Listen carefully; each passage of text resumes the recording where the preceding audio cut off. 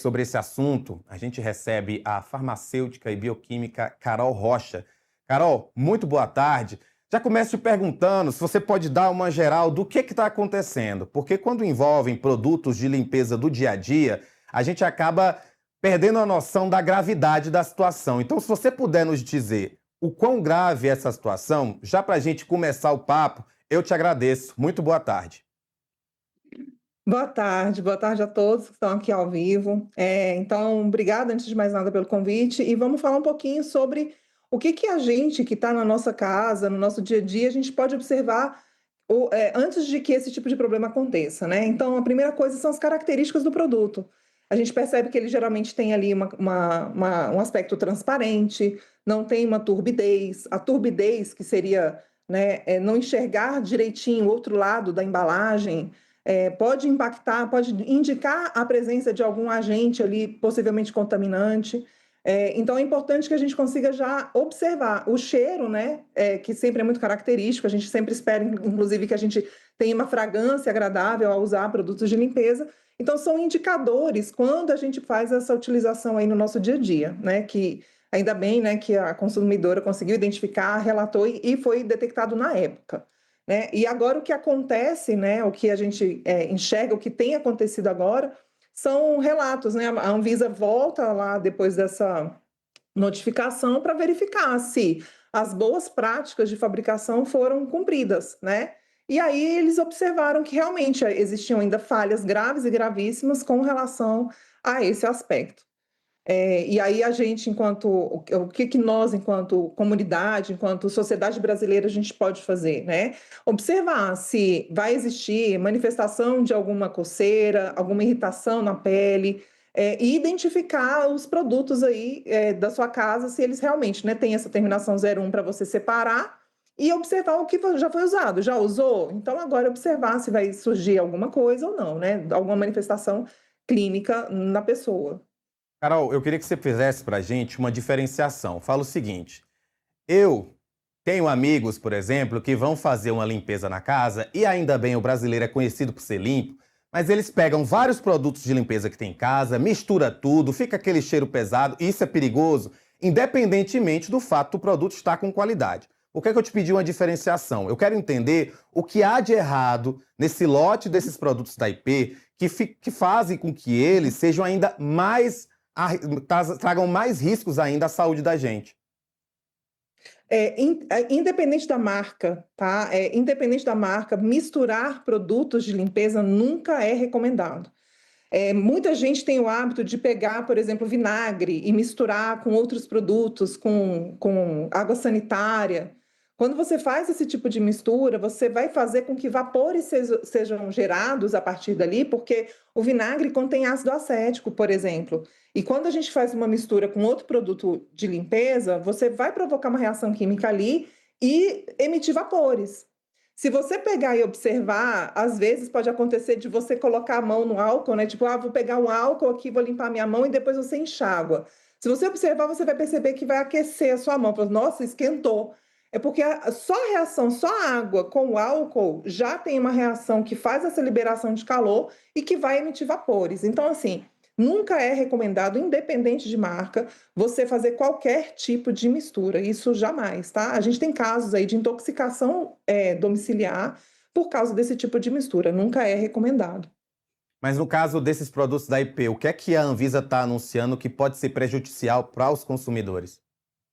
Olha, de acordo com a resolução que eles liberaram, né, a resolução da Anvisa, que é a 1834, né, que foi emitida, eles disseram que houve descumprimento de boas práticas de fabricação de saneantes. Então, eles perceberam que lá na indústria tinham falhas graves e gravíssimas e que isso poderia estar culminando em indicando risco para a segurança sanitária. Então, assim, não dá para saber exatamente, por meio desse relatório, dessa resolução que a Anvisa emitiu, que é de acesso público, não fala quais são os riscos. Então, por exemplo, a gente não sabe se o risco é microbiológico, ele fala que tem, né, uma contaminação, que existe uma possibilidade de contaminação microbiológica, então ele cita isso nessa resolução, mas não teve nenhum teste que falasse, olha, realmente a gente identificou micro-organismos. Não, de acordo com como está aqui na fábrica, a gente percebe que pode ter um alto risco de contaminação e por causa disso houve a suspensão e a distribuição da venda desse produto nos mercados.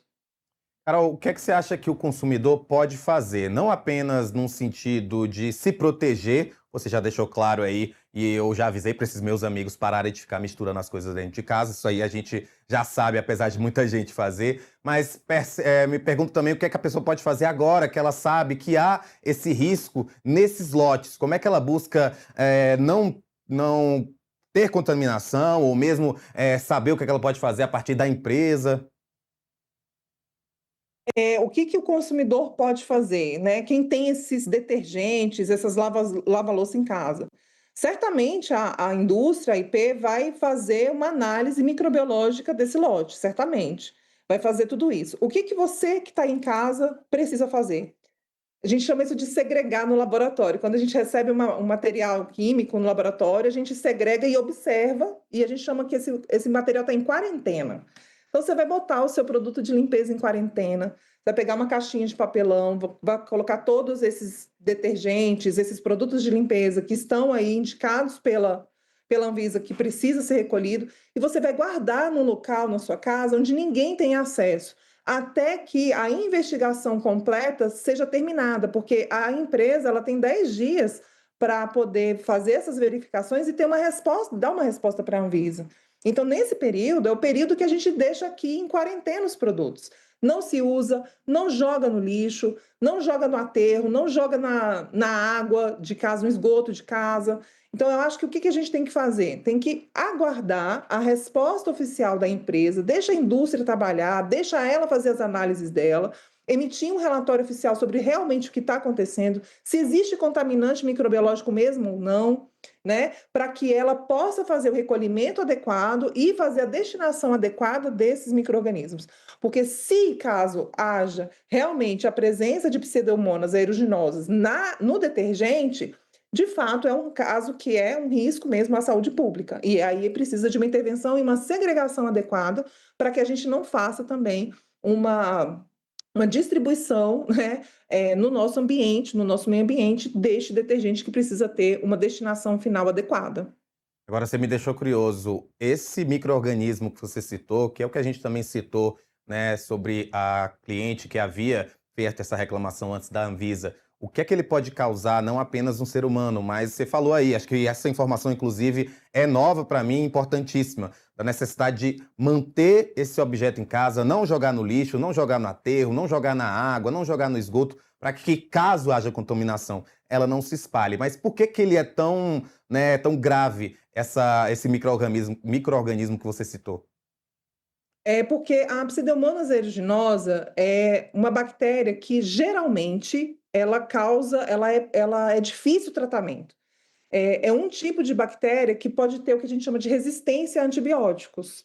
Para a gente saber se essa cepa que está, ou possivelmente esteja, né? A gente não sabe, precisa esperar que a indústria faça o trabalho dela, né, de investigação dentro do controle de qualidade dela.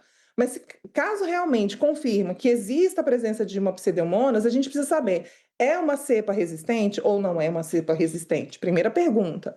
Sendo resistente, fica difícil quando uma pessoa é infectada por essa bactéria, é difícil ter um antibiótico que consiga eliminar e matar completamente essa bactéria. Então, é importante que a gente consiga realmente identificar se existe realmente a presença desse tipo de micro-organismo, para que haja uma destinação final desses produtos de limpeza de uma forma apropriada e que também nós possamos, né, ter condutas. O que que pode acontecer? Para pessoas como eu, como a maioria das pessoas que estão aqui nos assistindo, que são pessoas com sistema imunológico normal, a incidência, o risco de desenvolver uma doença é muito baixo, porque a nossa pele é uma proteção do nosso organismo. Então, se a nossa pele está completamente íntegra, se não tem feridas, se não tem, por exemplo, qualquer tipo de exposição, você já tem uma proteção. O risco maior acontece quando existem pessoas que são mais imunodeprimidas. que são aquelas pessoas que estão em tratamento com quimioterapia, que estão tratando câncer, por exemplo, pessoas que fazem, pessoas que convivem com HIV, mas que não estão fazendo o tratamento adequado, para aquelas pessoas que fazem o tratamento certinho, com antirretroviral, que está com uma carga viral baixa, controlada ou até inexistente, e com a contagem de células de defesa alta, é tranquilo. Né? Pessoas que fazem uso, por exemplo, de corticoide, quem tem doença autoimune que faz um uso muito prolongado de corticoide, também podem estar suscetíveis porque dá uma diminuída no sistema imunológico. Então, essas pessoas é que a gente tem que ter uma atenção um pouquinho maior com relação ao uso dos detergentes, caso haja a presença real mesmo desses micro-organismos. Carol, eu vou aproveitar que já deu para perceber o quão você entende realmente do assunto e para a gente finalizar a nossa entrevista, entender um pouco como é que funciona a divisão desses produtos em casa. Agora falando, claro, de produtos que estão feitos certinhos, não tem nenhum problema de micro-organismo nem nada, mas como eu falei para você, infelizmente, muita gente tem essa mania de misturar os produtos, muita gente acaba fazendo essas misturas em casa, correndo risco. De novo, é um elogio, o brasileiro adora ter a casa limpa, adora ter a casa cheirosa, mas isso é arriscado. Então, assim, esses produtos mais comuns do dia a dia que a gente usa, né, para lavar roupa, para lavar louça, como é que a gente pode dividir em casa, fazer esse uso corretinho para que a gente não sofra com qualquer risco dentro de casa por tentar fazer a nossa casa ficar cheirosa? Claro.